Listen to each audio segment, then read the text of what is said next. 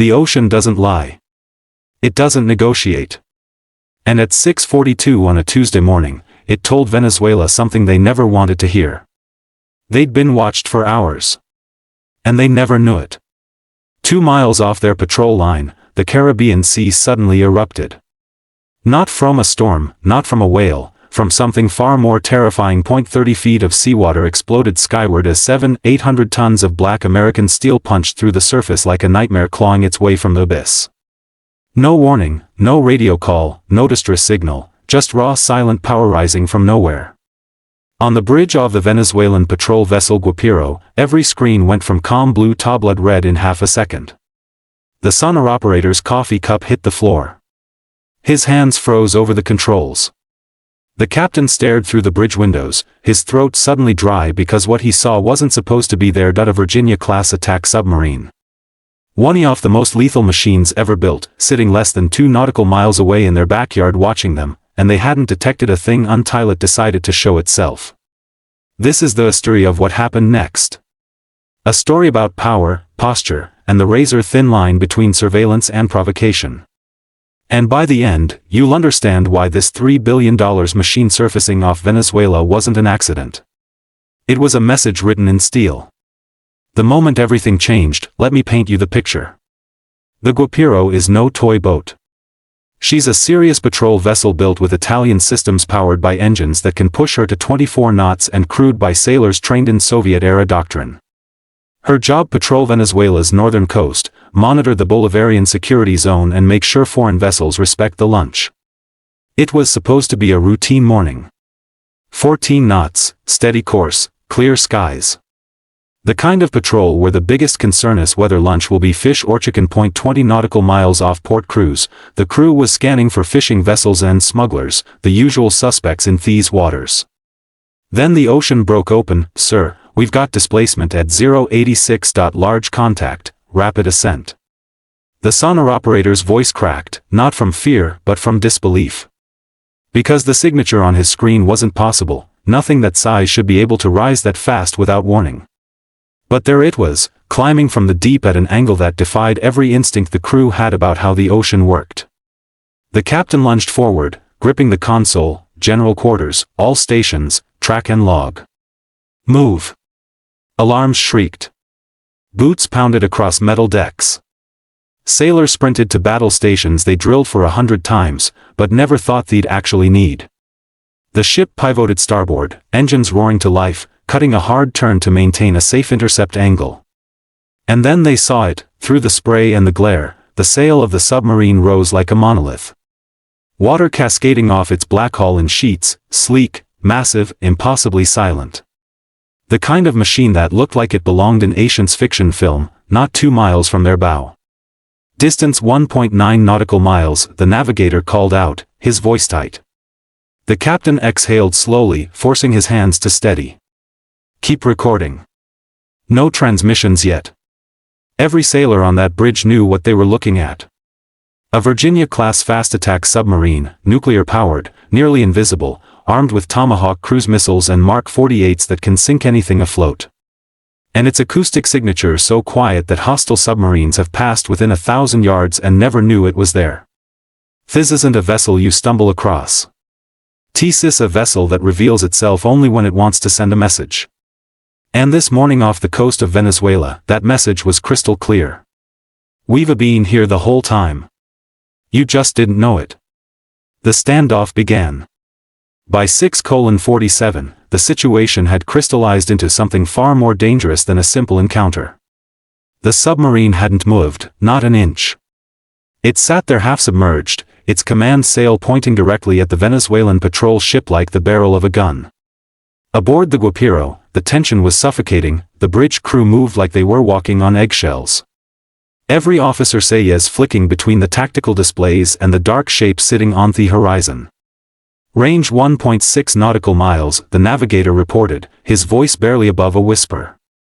The captain's jaw tightened. "Maintain course 15 knots, keep her on visual." Down in the Combat Information Center, the sonar operator was listening so hard his head hurt. Head-adjusted gain settings, filtered out background noise, searched for any scene-off movement from the American boat, nothing. No cavitation, no propeller wash, no engine vibration. Whoever was commanding that submarine was a professional. And they were playing this game at a level the Venezuelan crew couldn't match. Then it happened. One clean, tight sonar pulse. A ping so perfect it could only be deliberate. Not aggressive, but unmistakable. The submarine was announcing itself, reminding everyone listening that it controlled this piece of ocean. The captain felt his chest tightened.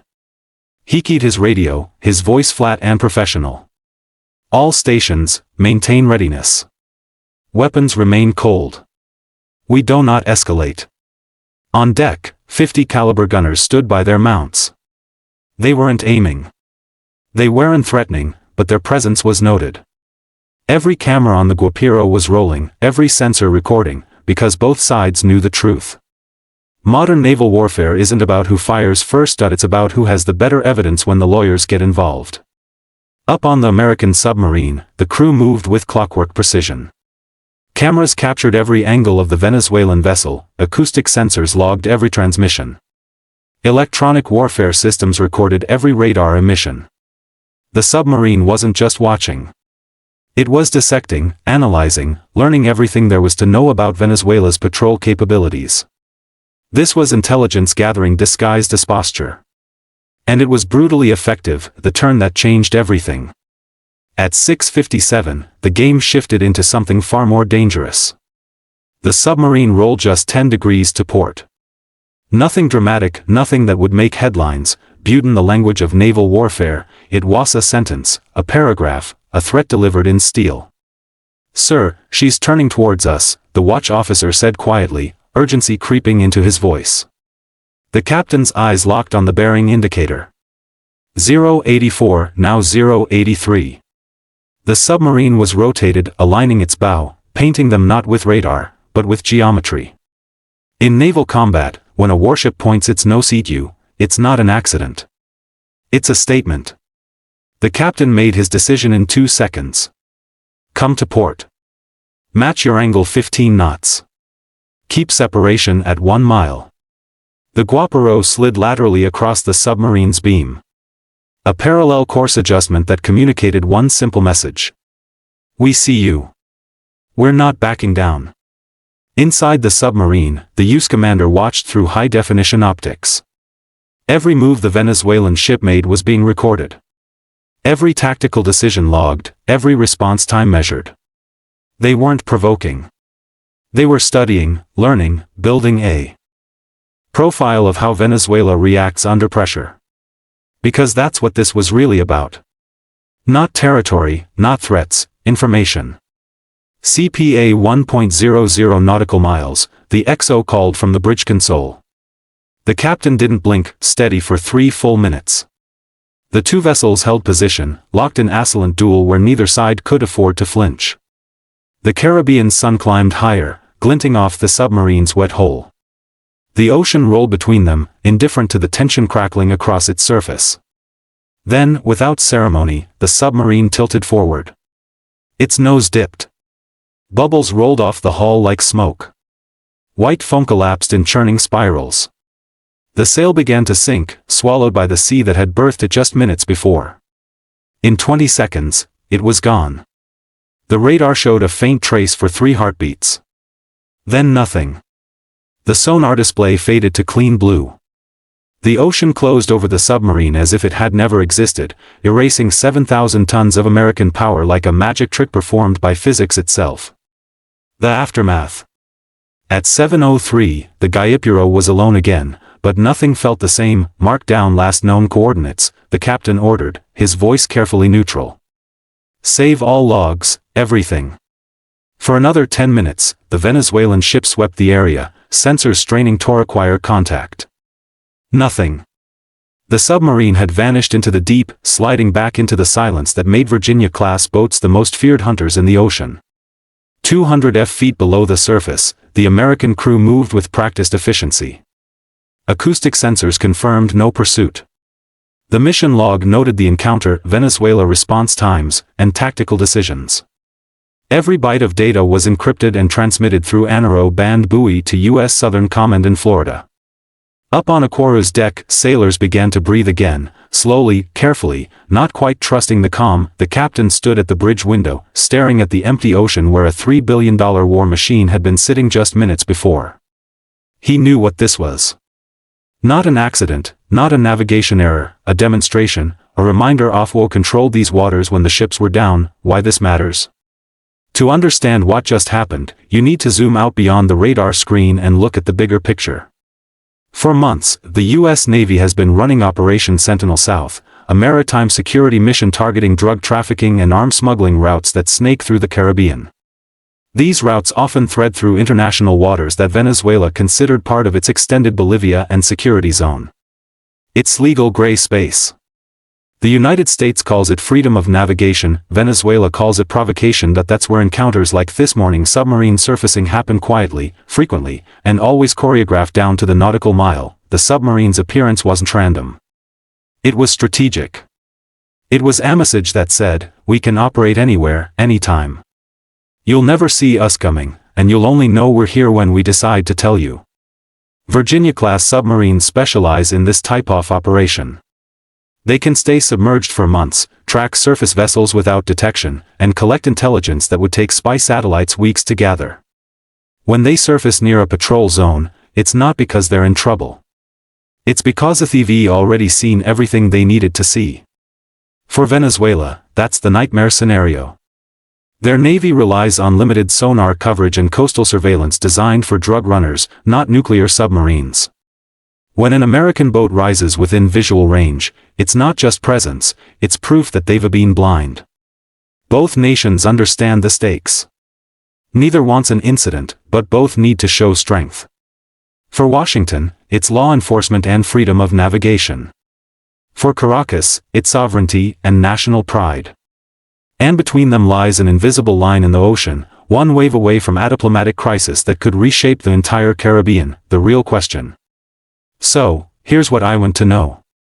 If you were commanding that Venezuelan patrol ship, if you saw 7,000 tons of American steel rise from the deep less than 2 miles away, what would you do? Would you hold your course and stand your ground, showing that your nation won't be intimidated in its own backyard? Or would you back off recognizing that some fights can't be won with courage alone? It's an impossible decision.